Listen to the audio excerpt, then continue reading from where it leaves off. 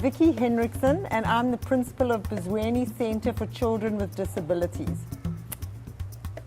Bizweni Center is an amazing little special needs education center. It's a daycare center.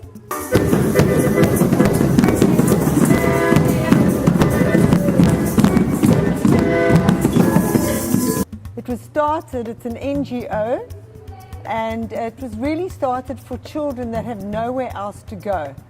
And in the beginning it was more like a creche, just to look after the children. But we actually realized the more we push education and the more we push therapies, physiotherapy, speech therapy, etc., the more we actually see our children able to do. We've got 5 classes, and our youngest class, class 1, is for children that are the youngest in age, but also the ones that are the most physically disabled or need the most help. So it's really from 2 years old, and then they move from there. As soon as we see that they've started to just develop, we move them to the next class where they start bringing in educational principles. So the first class is sensory, really sensory and play and that. And the second class, we then start introducing the very basics of education, colors and shapes and things like that. The third class are the children that they then move up to that, and those are the children that we really are pushing to find out what is inside them, where we can move them to, because we are a daycare center. We're not a school.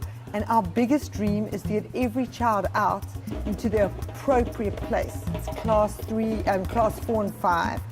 And those are for the children who really cannot be moved on. So it's the lower functioning, the children who may have come into the center far too late to go to other places. We there again divide that into 2. So we have one for the slightly higher functioning, and we call it the Life Skills Center. So we're trying to teach them to look after themselves, to take care of themselves. We continue with education, but it's really to get the child to be at their optimal, to help at home, to do things. And then class 5 is for the children that just needing 24-hour care. They need it, but it's stimulating. We continue stimulating using therapy, and every child has their own, has got their own goals.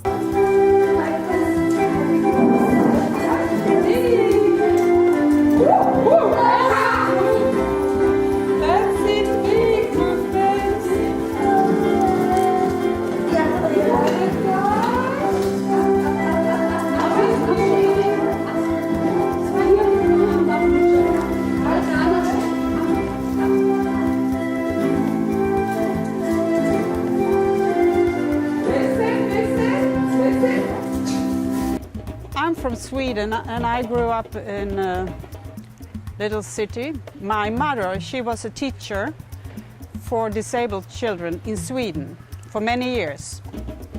I'm familiar with the situation here, even if it's a big difference when it comes to how you take care and how you teach and how you, the resources are different from Sweden to here. But I'm used to children with disabilities.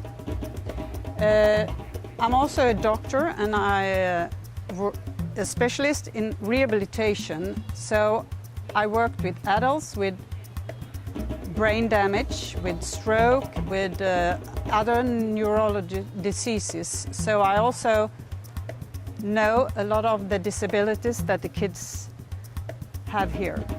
When I first came to South Africa, I saw that the resources were very limited. I spent a lot of time here, and I wanted to do something important. And then I came in contact with the Rotary of Helderberg. I could really see that I could help, not as a professional. The school needs a lot of hands. The staff is limited, and volunteers can be in great help for the center. And they can bring in competence from where they come from, usually from Europe, but also the volunteers will learn a lot here. And I think their lives will be changed after they have been here as volunteers.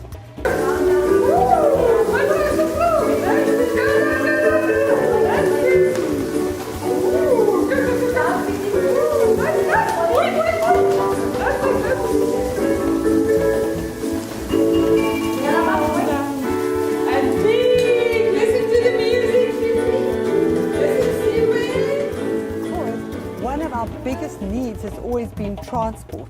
And as you know, that if we do not collect the children from their houses, deliver them back home, we wouldn't have one child at school. And really because of your endeavors and your help and your love for this project, you've helped raise the funds for 2 buses, which has allowed us to bring our number up to 64. We started a project together with Helderberg Rotary. They were very helpful with all the administration. And 2012, I think it was the first bus. But sadly, everything depends on transport as we don't have the public transport. Rotary, who helps this center very much, helped out with this extension of the building. So now there will be a lot of more kids here, so they needed another bus. So we started a project all over again. So that was the bus project, 2 buses. The other thing is that you have come in to help with salaries. One of the most difficult things for a project like ours is to get people to actually understand that salaries are really our staff, are the backbone of the project. 3 years from now, we started to support you with money for salaries. The staff is very important, especially Vicky. So that's why we decided to support every year. Because you have these dreams and these visions, but it's not that easy to put into practice, and it really is people that come alongside you and support you and buy into that make those things happen. So, no, Nina, you guys have really made this an amazing journey for me. Yeah, I love this place, and I have seen it develop so much. How can we continue to work together to take this project forward? Running a centre like this is a work in progress. Yeah. And every time you achieve the one thing, you actually realise how much more there is to achieve. 3 years ahead, I think my biggest dream is to really have seen the centre keeping up a standard of excellence or achieving. I don't think one will ever reach where one wants to be, but I think what we're really looking for is a standard of excellence, and I've realized that it's a team effort. I think one of my first visions when I got here was to bring in people, to surround myself with people, and to bring them in to be able to take the centre forward but up. And in that, every person who works here. Because as I said earlier, our staff they're the backbone of the centre. Without them, we really would be worthless. What I just hope is that through a lot of in-house training and a lot of external training, transform the lives of these children, that they aren't just being cared for, they aren't getting crippled because of their disability, but they actually start doing things that nobody had anticipated that they could do. But I know we can only do this with really getting the people in who've been trained, who've got the expertise. We'll go forward and just trust, really trust that we're going to do it. And I do thank people like Anders and Nina. I do thank the different Helderberg Rotary Club and different people that have just come and stood around us. I already see what you can do, and I already see the difference it makes in the lives of the children and the families.